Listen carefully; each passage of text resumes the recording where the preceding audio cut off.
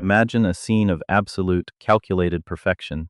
The air is still, heavy with the scent of imported roses and the salty breeze drifting off the Lagos lagoon.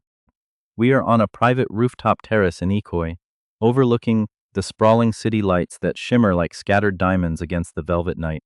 A string quartet plays softly in the background, the melody delicate and romantic. Dawson Hassan, smooth, successful, and meticulously dressed in a tailored suit, stands beside Zoya Anderson. Zoya is breathtaking, laughing with that rare, unguarded abandon he adores, her head thrown back, completely unaware of the moment he has prepared. In Dawson's mind, this is the proposal, this is the culmination of a perfect plan. He imagines kneeling, presenting a flawless diamond ring, and sealing their future amidst this manufactured tranquility. He envisions a future where they navigate high society as a power couple, their path smooth and enviable. This is the image of love he had always chased, clean, deliberate, and free from chaos. He is a man who builds empires, who controls outcomes, and he wants his romantic life to mirror that structure. But then the scene shatters. The romantic rooftop dissolves into a gritty, half-finished living room in Banana Island. The walls are bare concrete, half-painted, wires hang from the ceiling, and a single, low-wattage bulb casts long, moving shadows. Outside, the sky is not starry but stormy. A torrential rain hammers against the large windows, the rhythm furious and insistent. The only sound is the faint, struggling hum of an overtaxed air conditioner and that relentless, overwhelming downpour. Dawson is not calm. His hands are trembling so violently he almost drops the small velvet box. His voice isn't commanding, it's cracking, thick with a desperation that shocks him. He is kneeling before Zoya, but she isn't laughing. She is standing by the edge of a plastic-covered sofa, her face pale, tears tracking silently down her cheeks. She is 7 months pregnant, her presence making the chaotic setting feel even more urgent, even more terrifying. This isn't the plan. This is reality. It's raw, messy, and absolutely terrifying. Dawson is proposing not out of calculation, but because he's terrified. He looks at her, the strongest woman he's ever known, the woman who survived things that would crush lesser souls, and he sees the fragility in this moment. He doesn't want their daughter born into this confusion, this doubt. He needs this commitment, not for appearances, but for survival. His words stumble out, talking about not wanting her to do this alone, about not being able to imagine a future where he isn't fighting beside her. He holds out the ring, a plea whispered in a cracked voice. Please make me the happiest man alive. Be my wife. Zoya is steel inside, but pregnancy has stripped her layers of defense, leaving her vulnerable. She doesn't scream or celebrate. She simply nods, saying yes, because he needs to hear it, because they are both already committed to something far bigger than themselves. He exhales, a ragged sound, and as they embrace in that empty, rainy room, there are no violins, only the overwhelming feeling that this wasn't the dream, and the road that led here was anything but romantic. It was a disaster born of betrayal, starting 8 months ago when Zoya walked into a hotel room to find her fiancé with another woman, a single act that shattered her world and plunged her into a darkness she never saw coming. It was that night, reeling from heartbreak and looking to disappear, that she walked into a dimly lit bar and met Dawson, a man equally lost in his own success. They were two broken souls seeking solace in the anonymity of a stranger, two shipwrecks colliding in the dark. Clarity returned with cruelty the next morning, but fate had already spun its web. 2 months later, a pregnancy test changed everything, linking them forever. Dawson insisted on responsibility, not out of love, not then but out of duty. And now, standing in this half-finished room, they were bound by this desperate, unromantic proposal, built on the ashes of betrayal and the urgency of an unexpected life. The question wasn't if they were ready, it was whether they could survive the storm they were walking into, because their story was only just beginning, and it was about to get much, much messier. The fragile piece of their unromantic proposal did not last. The ink on their marriage certificate at the Ekoi registry office was barely dry before the reality of their arrangement began to curdle into something venomous, fueled from the shadows by an antagonist who refused to let them heal. Lara Whitmore did not merely want Dawson, she wanted the destruction of anyone who dared to replace her. Standing in her high-rise office overlooking Victoria Island, Lara swirled a glass of dark liquor. Her eyes narrowed as she stared at the announcement of Dawson's hasty, private wedding. To her, Zoya was nothing but an opportunistic nobody, a broken woman who had used a reckless night and a positive pregnancy test to trap one of the most eligible multi-millionaires in Lagos. Lara's pride was an absolute vicious thing, and she could not stomach the public humiliation of being cast aside for a woman who possessed no pedigree, no elite family name, and no wealth. She knew the narrative she wanted to build in the tight-knit, gossipy circles of Lagos high society. Zoya was a gold digger, a calculating siren who had targeted Dawson at his weakest moment. Lara began her campaign with surgical precision, leaking carefully twisted rumors to society bloggers and dropping venomous hints to mutual associates. She made sure that every time Zoya's name was mentioned, it was accompanied by whispers of trap and scandal. But Lara's true malice was revealed when she orchestrated a business meeting that Dawson could not refuse, forcing him into a corner using her father's corporate leverage. She walked into Dawson's boardroom, trailing the scent of expensive perfume, wearing an impeccable designer suit that screamed authority. When she looked at Dawson, her smile was predatory, entirely devoid of warmth.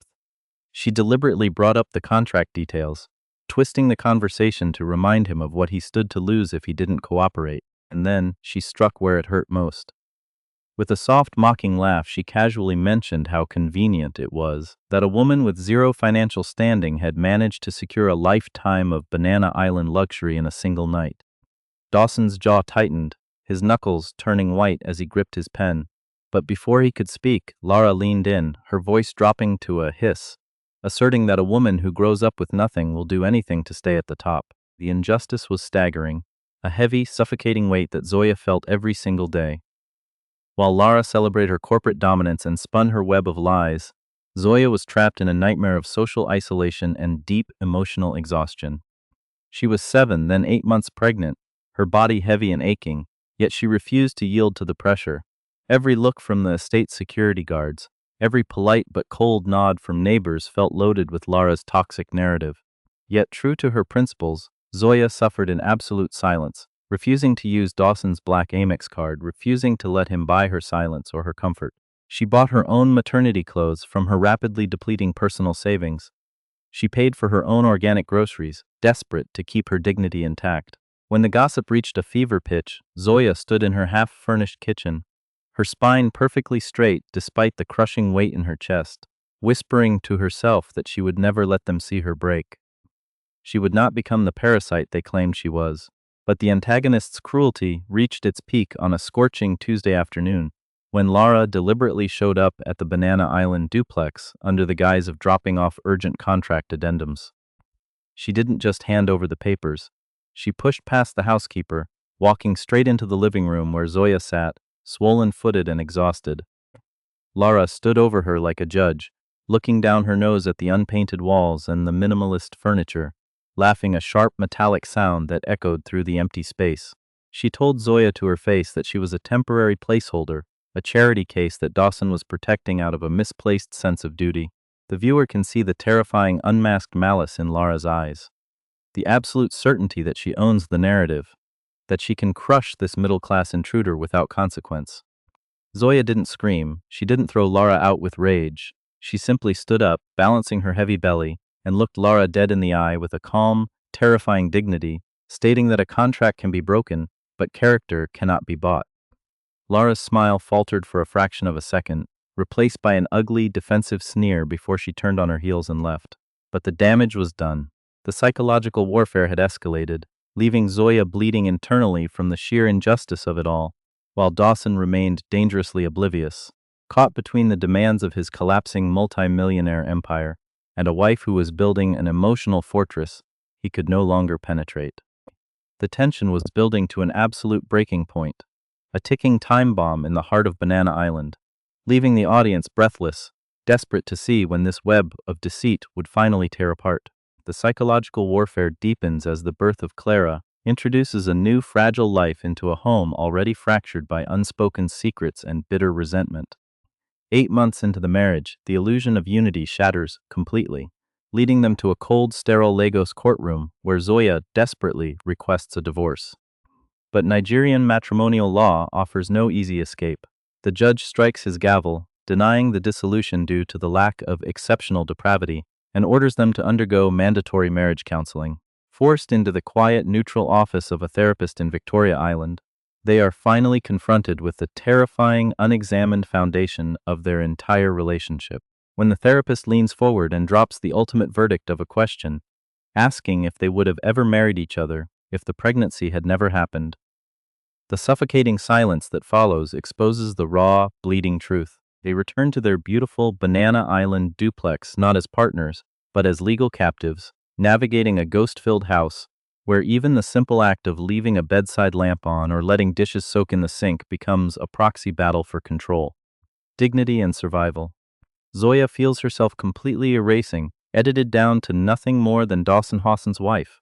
A painful realization that drives her to secretly register and build her own financial consultancy firm under her maiden name during Clara's midnight naps. Not desperate to possess one thing that Dawson's millions cannot touch or influence.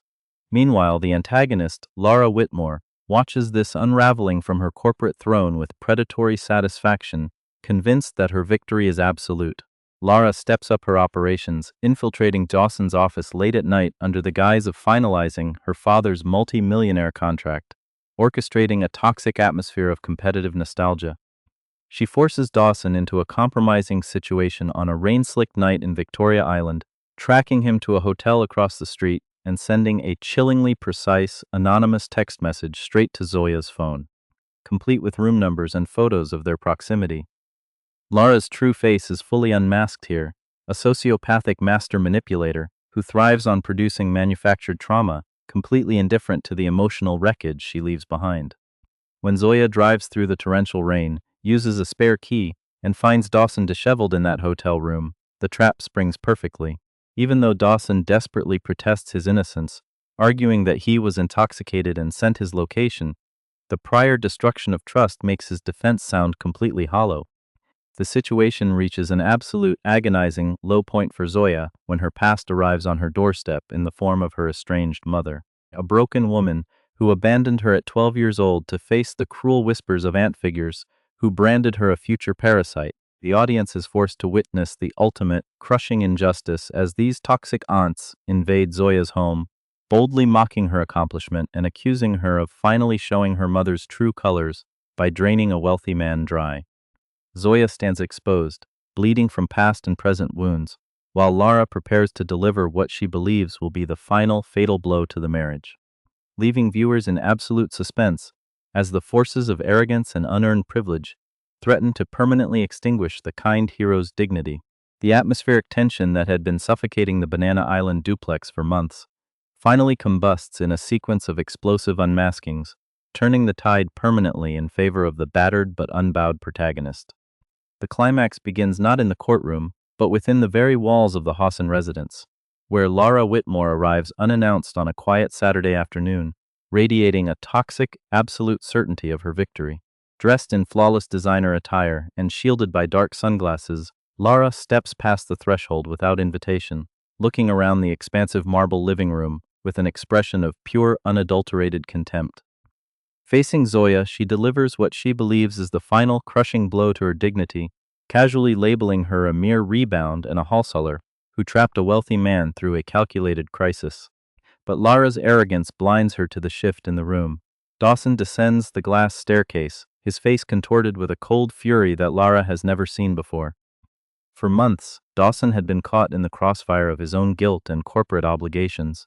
But seeing the raw malice of his antagonist directed at his wife shatters his compliance. When Lara confidently demands that Dawson fire his wife from his life, or risk losing her father's multi-millionaire contract, Dawson takes a decisive step forward, his jaw tight, his voice vibrating with absolute authority. He looks Lara dead in the eye and declares that his alliance belongs to his wife, and that he will gladly cancel the multi-millionaire contract before he allows a venomous outsider to disrespect the woman who carries his name. The shock on Lara's face is instantaneous. Her predatory smile completely falters, replaced by a sudden, ugly panic as she realizes her leverage has evaporated in a single second. She stammers, trying to invoke her father's immense corporate power and threaten financial ruin, but Dawson calmly orders her to leave his property immediately. Humiliated, exposed, and stripped of her perceived dominance, Lara retreats into the afternoon rain, her kingdom of manipulation collapsing around her. This moment of corporate and personal defiance sets off a chain reaction of profound emotional exposures. Days later, in the quiet sanctuary of the therapist's office in Victoria Island, the final layers of armor are completely removed. Confronted once more with the lingering question of whether they would have married without the pregnancy, Dawson looks directly at Zoya, his voice breaking with genuine vulnerability. He confesses that his relentless pushing of money was never an attempt to control her, but a desperate, flawed expression of identity, born from a fear that she was secretly building an exit plan because she didn't trust him. Zoya's breath catches as she finally sees past his wealth to his wounds. In a matching act of profound honesty, she confesses her deepest truth. Her fierce independence was never a rejection of him, but armor against the inherited shame of her childhood. A desperate defense mechanism to ensure she would never disappear into a man the way her mother did. The realization hits them both like a physical wave. They were never enemies. They were simply two traumatized souls reacting to ghosts, mistaking each other's deep-seated wounds for opposition. As the truth fills the room, the complete triumph of justice and emotional reconciliation is realized. Zoya, standing tall and vindicated, presents Dawson with a joint account application, establishing a true partnership based on strict rules of transparency and mutual respect, while her independent financial consultancy firm lands its first major corporate account entirely on its own merit. The antagonist's elaborate web of deceit is utterly dismantled, leaving the audience cheering for a spectacular emotional breakthrough where pride yields to vulnerability and true, unshakable love finally replaces the chaos of a forced arrangement. The passage of 2 years transforms the grand house in Banana Island from a gilded battlefield into a true sanctuary of peace and intentional living. The final consequences of this emotional saga manifest in a beautiful poetic balance of karmic justice. For Zoya, life undergoes a spectacular elevation. She is no longer defined by a traumatic past or a husband's shadow, but stands as the proud, fully independent founder and managing director of a highly respected financial consultancy in Victoria Island. Closing 7-figure corporate deals entirely on her own merit, she discovers that true power does not lie in building walls, but in choosing partnership from a place of absolute wholeness. Dawson, too, achieves a profound internal victory, trading the empty arrogance of a savior complex for the grounded humility of a true equal. Their financial lives align seamlessly through the strict, transparent rules of their joint account, turning money from a weapon of control into a symbol of absolute trust. When their second pregnancy arrives, it is not an accident born of a reckless night, but a deliberate, beautiful choice celebrated with profound peace and a quiet, unshakable joy. Conversely, harsh, unrelenting karma strikes the antagonists with surgical precision. Lara Whitmore's desperate attempt to ruin Dawson backfires catastrophically. By forcing her father to pull out of the multi-millionaire contract, she triggers a massive breach of trust that exposes her personal vendetta to the corporate board. Disgraced, stripped of her executive titles, and thoroughly exiled from elite Lagos business circles, Lara is left in social and financial bankruptcy, trapped in the bitter poverty of her own uncontained malice. The toxic aunt figures who once weaponized shame find themselves permanently locked out of the Hassan paradise, left to wither in the obscurity of their own venomous gossip. Sitting on their balcony overlooking the shimmering Lagos waterline, as their daughter Clara laughs softly in the background, Dawson and Zoya realize that their marriage was never the tragic consequence of a mistake, but the triumphant result of a daily decision to love without fear. The profound philosophical conclusion of this journey is clear. Life will always test your loyalty and kindness in the fires of betrayal and social inequality, but karma never misses its mark. True strength is not about resisting dependence, and true love is never about dominance. It is about having the courage to stand naked in your truth and build a legacy from the ashes of chaos. What do you think about Zoya's incredible resilience and the brutal lesson Lara had to learn? Share your profound thoughts in the comments below. Make sure to hit that like button and subscribe to the channel for more powerful, instructive life stories that prove justice always wins.